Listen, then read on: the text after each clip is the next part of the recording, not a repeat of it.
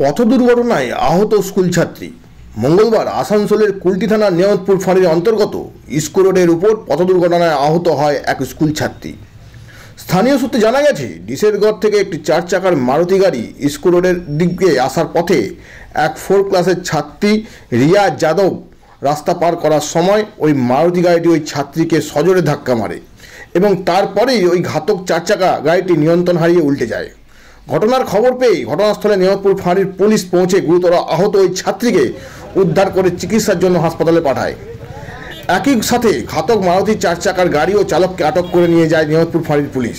তবে এলাকাবাসীদের অভিযোগ যে মারুতি গাড়ির চালক মদ্য অবস্থায় ছিল এবং তার গাড়িটি দ্রুত গতিতে ছিল।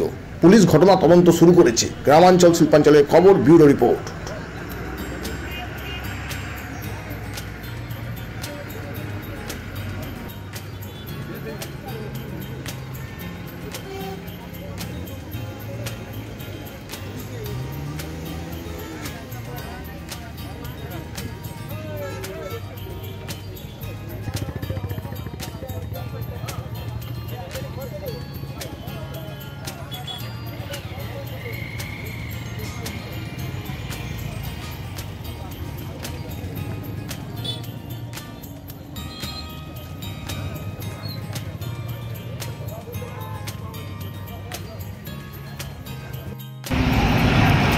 সকাল 9টা নাগাদ একটা সুইফট ডিজায়ার গাড়ি 4 চাকার গাড়ি আমাদের এখানে স্থানীয় এটা রিয়া যাদব বলে ক্লাস 4-এর ছাত্রী, বাবার নাম ললিত যাদব।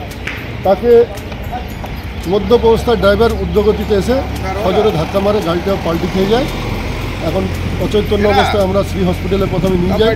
সেখান থেকে ডাক্তাররা অবস্থা বুঝে আমরা এখন নিয়ে যাচ্ছি গৌরীদেবী রাজবান হসপিটালে। ভালো চিকিৎসা। ড্রাইভার কি ড্রাইভারের হালকা ইনজুর্ড হয়েছে, সেও গেছে হসপিটালে, গৌরীদেবীতে ভর্তি হচ্ছে, এখন রাস্তায় আছে। আপনার নাম? ধর্মেন্দ্র সেনগুপ্ত।